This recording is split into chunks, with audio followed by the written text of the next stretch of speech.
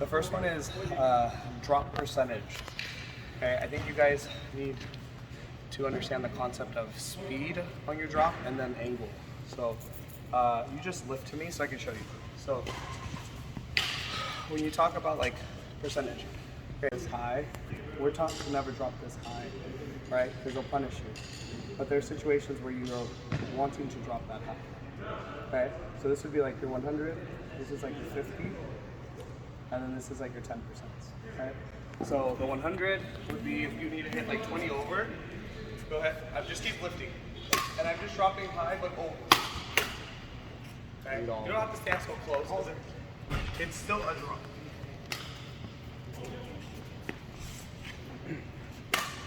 So it's just nice and relaxed. See how it's over? It's 100% chance it's going to go over. It's high. You see? I cannot hit the net, right? I cannot hit the net. Nice and relaxed. The second I start to go like that, and try to aim down, that's like your 10%. Okay? So the 100, okay, when you use it is when you are being pinned to one side and you want to cross pressure. So usually when you push, right, and they would follow. The 100 is okay because they cannot swat, right? So if you're pushing, go high, and I'm pinned, I want to go that way. It's like almost like what I call like a shitty smash, right? If you want to make it more effective and fast, you go up, you go here, you just go that way. It's to apply pressure. It's actually getting shit here. Does that make sense? You're not aiming here anymore. Or here. This is your 10% drops. This is your 50s. These are your 100s. Does that make sense? So the higher the percentage, the more room you have to play in the court. I have a feeling when you guys get in trouble, you do the wrong drop. So lift, we're here, and we try to go like lift high, you go here. And that happens, right? Yeah, I think we're doing the wrong drop. And you're giving the wrong angle and the wrong speed. So if you're here, you're backed up. Here. See? It's okay if they get it. Because he has to fight with my speed. Right? So speed, angle, and probability of success. I think that's more important. So 100, 50, 10. 10 can be used as you get stronger. 10 is more singles, in my opinion, because you're creating the court to open. 10 is also used when you have a really good success rate of 10%, right? It's a hard habit to break. 100, I don't recommend if you don't have wrist flexibility. The least thing you want to do is go ahead and lift. You don't want to do 100 like this.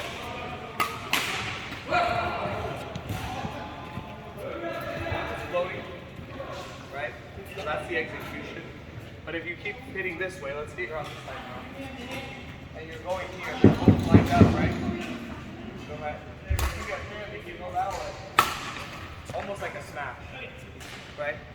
You start to open up the core, right? That is, to me, a smash determines on power over angle, right? But angle will give it the smash, right? So your percentage of success of being consistent determines on the shot delivery on which one you're going for. So that's your concept one. Okay, so that one's done. Okay, concept number two. I would say are in a position where you need to learn how to attack the serve, your serve receive, right? So this is your number one. This is your number two. This is your number three. But I feel like most of the times we go for three first, and then one here, or sometimes, right? So you can serve to me.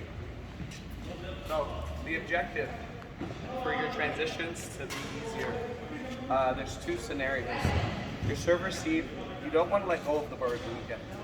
So if you go here and he serves, right? It is pushed out. Okay? Right? Push here. The quality of the serve is one. But the transition is more important. So you can swap, or you can go this way. Okay? Go here and come across. Your partner will mimic the opposite. What's up, Ruben? Okay, so most of the time, go ahead, sir. If you challenge your net, this is what we pay more attention to than what most people do.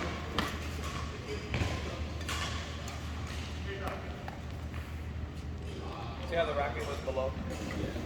So your transition, right? So.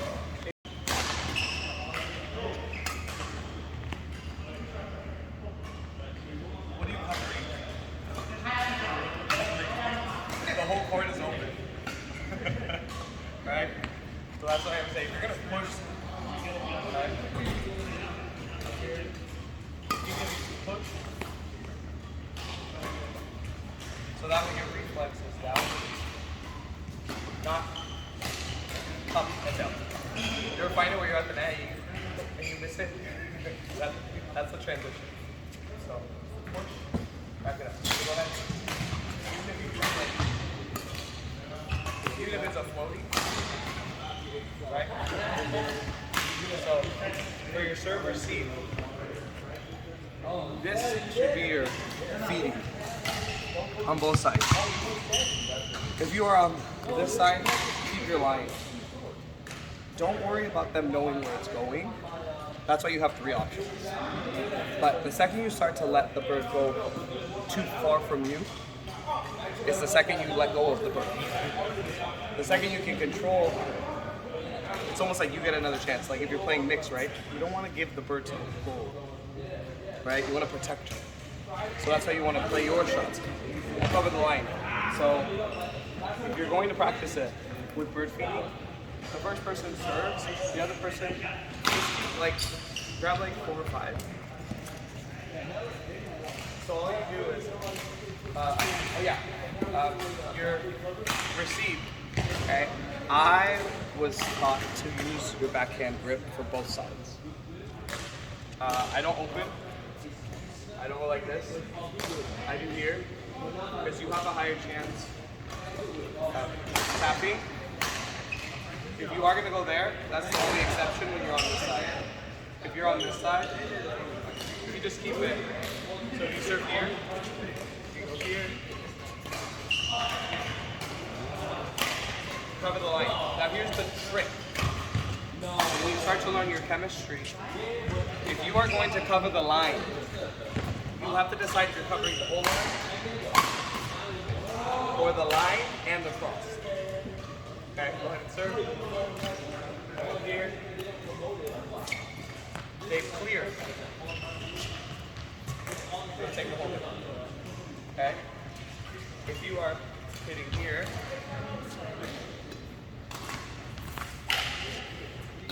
you have to be aware of both. In mix, I would not recommend the girl to cover the line. In men doubles, if you're the front player, I don't recommend you covering the line. I usually play the back, so I will cover the line. And I will fall back. If both players can play the back, it doesn't matter. AKA here. Right? So, but your serve receive is not easy, it takes time. But the worst thing, unless you have good defense, if you serve, and you go here, right? You have to absorb your own, okay? But if you hit middle, right? You put both people under stress, right? Go ahead. If I lift, and I hit that side, I put me under stress. He has to take the farthest shots. If they do a fast drop, he has time. If they do a fast drop, I have distance. Okay? If I go to my partner, and I lift, right? You can cover it. And if they cross me, I can lift again. Serve one more time. Over here. The middle, the stroke is actually cut off. Because it's not a space. So that's why when you go this way, you have more stroke. If you go that way, you have more stroke. So if you go middle, one more time, you want to make sure you get high. Right? High. Okay? So that's your serve receive. Your serve. So we covered height, serve receive, 1, 2, 3, everything on your line. If they get good at it, okay? The number one thing that most players will do will push their back. Okay? That's still okay if you have a good push and it's consistent and it's in. You gotta push the backhand, keep doing it. Whatever serve receive works, keep doing it until they catch on, or stick to 1 and 2. 1, 2. But the second you decide to cross, go ahead. It's the second you're going for a score. But then everything is over. Does that make sense? So if he serves, if you serve to me, alright, let me serve to you. If I serve to you, go for a cross, I can touch it. Because it's high. There will be a chance it's high. So 1, 2, okay. The third one is that, like I said, you can practice it once you know it, is your serve, okay? When you serve, watch, let's see if I can do it all. I feel like most of the people serve like this, okay? Receive it. Right, tight, slow, okay? He stands there to receive, and I just push it at him. He has to react, right? So here is the standard, right? Here, about a foot back, is where you jam a player. Here, you still give them swing speed. Jam, so from this line to, let's say, my foot, you can mess with their swing speed. Alright, so receive, 0, 0. I stand a little back, speed. I go here. I see him, I flip. Right? I push him back. I've established that I can do that. Okay? If he stands in the same spot, I push him back. I established that I can do that. I'm pushing him under the punch. When I played some of you guys, I kept flicking you. I wanted you to take a little step back to give me room to now short serve, right? I push you back, right? Even if it's out, okay, I'm still letting him know to not stand so close, right? So the second he takes a little step back, now you can play with their swing speed and punish, because he's jamming. You're no longer serving tight, you're serving here. This is line is now here. So serve to me, jamming. I cannot swing comfortably compared to you swing here. I have more swing. Do you see? So most people will go 1, 2, 3, 4, 5. Okay? 1, 2, 3, 4, 5. So you'll see that in chemistry with partners that are like learning how to play with each other, when you already know what your partner does, you can get rid of that. But if it's like this, it's close and tight. Meaning I'm going to serve and move it. We're here. Right? But if I give it a little bit of space, I don't need to go as tight because the depth of the bird is traveling. Right? So your serve is something I would just grab a box and practice your thumb taps. Because if you're going to practice your far, it's the thumb grip angle that flicks up. That's what gives it up, the thumb. But if it's flat, it gives it a forward. This gives it up. This gives it a forward, like a drive. So if you ever feel that you're flicking and it's going far, usually you have a flat thumb. If you ever feel like you're flicking and you're serving up, see? It's at that tip. So the technique now changes. Right? Does that make sense? Right? So once again, we can go over it after the meeting, but just to give you like kind of like some things to think about. Okay? Your ABCs, we covered it already. Okay? The lower you are, the more power you can generate if you're farther in the court. If you're at the net, you'd be a little higher. If you're at the mid, you go high. So think about it this way. I'm at the net. I'm at the middle. I'm in the back. Right, so if you here, and I need power. Right? If I go here, a little bit more comfortable, I can get it. And if I'm at the net super close, but you cannot do that at the net. Click right here. You see how it was a quick pop, right? You can aim because you have less momentum. So just throw a floaty. You can just toss it with your hand. That's how you get these. It's this one. Same thing as if you do the brush, toss it, and you have to brush it. Right? It's a little hard to brush when it's coming up. So go underhand, right? So if you did this one and you were to brush, right? It's this motion here. Right? And that would be your net. Just re-net it back. So you net, re-net. Just a brush. Brush. Net, re-net. So that's your single brush right here. That's your brush. Your backhand would be the same thing with your thumb. Here. The more you practice it, this one I'm always late on because I'm slow. So I reach for my shot. But if you have speed, you're here. Just brush. That's where you don't go over the net. Brush. So you can practice this one with this one. You can line up bursts if you mess up. You can brush. Right? See how I hit? It's a really hard skill. You start to understand your distancing. Okay, you can pop and pull back, or you can just swat. Right? So that would be your serve receive, your drop percentage. Okay? Serve receive, drop percentage. Your ABCs. So once again, A, B, it could be here.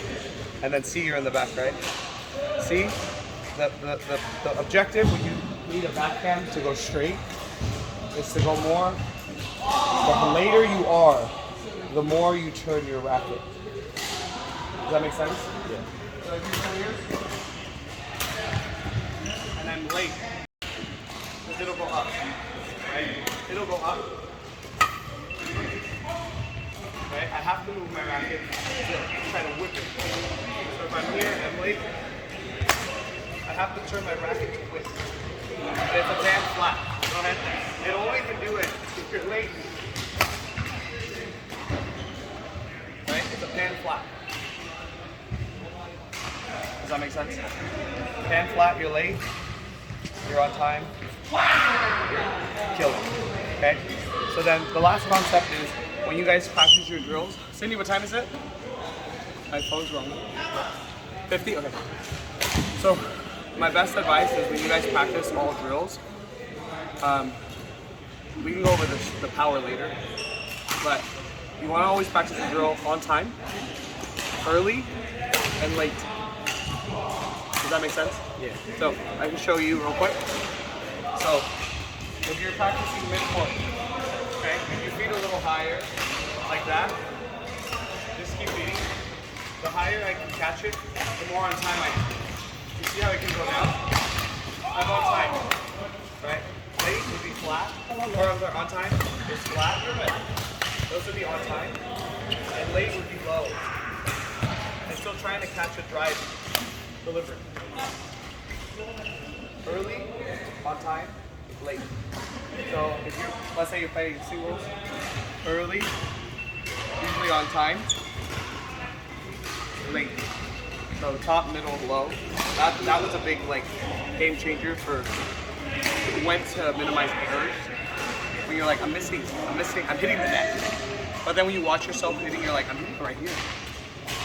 So that means you're on time. So you cannot hit it like that. You have to take power away. Because now it's like parallel to the net.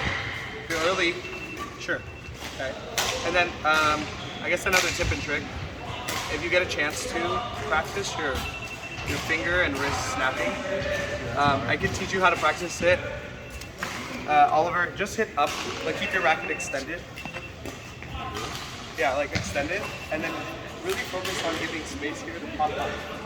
So pop it up, the racket's extended, look. Right, I'm up, I can follow. See how you're pulling your, see how you're pulling your arm? Don't pull your arm. Here. Boom. This is finger strength. Right? Boom. See how my arm is? Boom. Right? This is finger strength. And wrist strength is the same. Finger up. Wrist strength gives you the angle. So one person can lift up, one person can get down. Finger strength gives you the pop or the drop. Okay? And then obviously your full power will be shoulder, wrist, and finger. So if you ever want to do like a mid-court kill or a neck kill, you don't need your wrist. Right? So give me a floaty, because they might be playing soon, you guys might. If I go here and I'm floating, you go here. Right? So you don't mess up as much compared to right? So that's the tapping where you leave some room and you're focusing on the grip. So when you guys warm up, just remember the room here indicates the whip. Right? The whip. The room is the whip. No room, no whip. Yeah, so yeah, nice and relaxed. Oh, that's like the recoil you're talking about. Yeah. Yeah. You want to get the width, right? But the problem is the pullback. You only pull back because if bad happens, you just use your arm. You don't need that. Try it when you're playing with people. Don't try it on each other because you're gonna know what you're thinking. Play random people. Okay, if you just focus on the quality of your serve, right? Your serve receive to get the bird back. Your execution of 100% less mistakes, right? When they're the same level as you, it's a little harder. But if you're like, they're not that strong, mess with how fast you drop. Mess with, you know, like if I told you to hit, think about probability, right? If I told you, you need to hit 100 drops over, are you gonna do 100%, 50%, or 10? So that's how you have to kind of shift your thinking where it's like, I need this to go over. It's 2020. The score is 2020. I need it over. Right? I need to make sure I'm consistent with it. So you don't always have to kill yourself. Does that make sense? Yeah. So the second you start to execute precision, timing, and maybe angle, right? Most of the time, if you could speed up all your shots, your game just got better. Or just speeding up the shot you already know. So like, Cindy, what time is it? Okay. So this is how most people drop. When you warm up your drops, I think most people drop like this. Right? He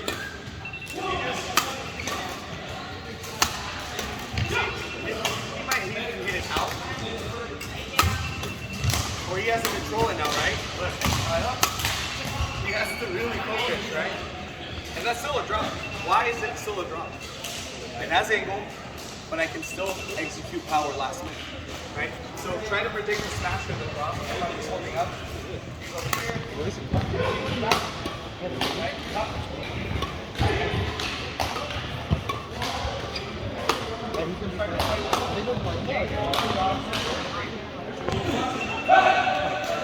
Okay, my last one, and you guys can go play. Really focus on the court. On the court. The court. The head of the bird. Yeah, the head of the bird. Focus on the court. Sometimes the court is pointing at you. Okay? When it's ever pointing at you, you can punch clear, You can drop and you can smash. So if someone's moving in or they're in defense position and the cork's pointing at you and you see them planting, you literally can just pump it over them. You ever feel like, I don't know, when I played you guys, sometimes you felt like you were like rocking in a boat? I was like, go, go. Like I could punch. It's the cork angle. They can only do that when the angle is pointing at you. If you use your finger strength and you want to deliver that, that where you grab the ball, the cork must point at you. Okay? If the cork is dying, okay, you need to rely on your full technique. Because now you're focusing on not tapping the bird, but really controlling, because you're going to hit the feather first. Right? So you need the full stroke to really just guide the bird overall. But if the cork is pointing at you, you can, not everything has to go down. Does that make sense? Yeah. It's like boom, boom, boom, boom, boom. We get it. If it works, do it. But if you play a team that's got boom, boom, like, and then all of a sudden you punch, you're like, oh shit, the bird is now flying faster. So they're gonna be late for the punch. Forcing them to punch up, and then you can kill. So it's like, it's really thinking about delaying the rally just 1 or 2 more or 3 longer. So the beauty of the serve receive is it goes 1, you get served at, 2, you return, 3, they return, 4, you cut off. So now you're 4 points. So now you're thinking, by you just doing that serve receive, you're 3 shots ahead of the partner. Because you're now anticipating serve, here, rack it up, kill. Does that make sense? Okay. Last fun tip that I do a lot is when I serve and I swat right away. If I serve to Oliver and I serve to the tee, I cannot swat if he goes this way. But if I take a step here and I go that way into the gray zone, try to lift it and like control it. If I go here, I can swat.